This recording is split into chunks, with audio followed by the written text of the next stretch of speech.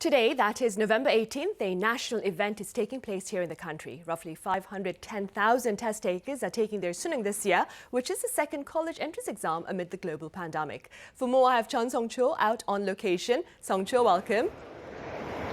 Good afternoon, Sunny. Right, so I understand you're standing in front of a high school here in capital Seoul. Yes, so I'm in front of Seoul High School in Seochogu District, one of the over 1,300 designated exam sites in the country that are hosting the annual College Scholastic Ability Test, or the CSAT. The winter is pretty windy right now, but strangely mild. And I say it's strange because usually this time of the year, the weather gets frigid cold. Sunung days are notorious for bitterly cold snaps, but apparently this year is an exception.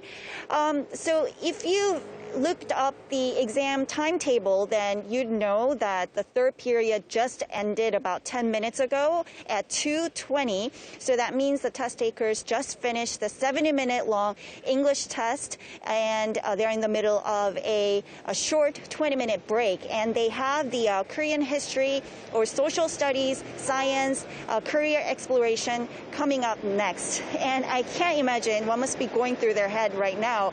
But one thing for sure is that they must be really tired because it's been almost 7 hours since they sat down for the first test at 8:20 this morning, 8:40 this morning. So this year, almost 510,000 high school seniors and graduates registered for the exam. And as they do so every year, the government increased bus and subway frequency during the morning commute hours to help students to get to their test centers on time. Even police officers were out on the streets helping out test takers that were stuck in a traffic jam. And I think today will be the only day in a year when you are officially excused to ask for a ride from police officers in a police car just because you slept in and you're running late for an exam. So as you all know, this is the second year that the Sunung is taking place in the middle of a pandemic. So it seems like everyone is a little bit more familiar with the virus prevention measures. Everything is going very smoothly today. Everyone is wearing a face mask, of course. That's no question about that. And everyone had to get a temperature check and use hand sanitizer before they got into the facility. And you may be wondering, what about those who already have COVID-19? Will they be able to sit down for a test today? And the answer is yes, but at a separate location. So even those who found out just this morning that they tested positive were able to be transferred to one of the 32 hospitals and residential treatment centers that have been reserved for test takers that have been infected with COVID-19. Those in quarantine are also at a different location.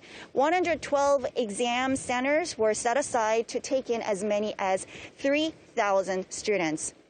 So in about 3 hours, the 9-hour marathon of tests will be over. And for the test takers, no question that today will be remembered as one of the most grueling moments of their lives.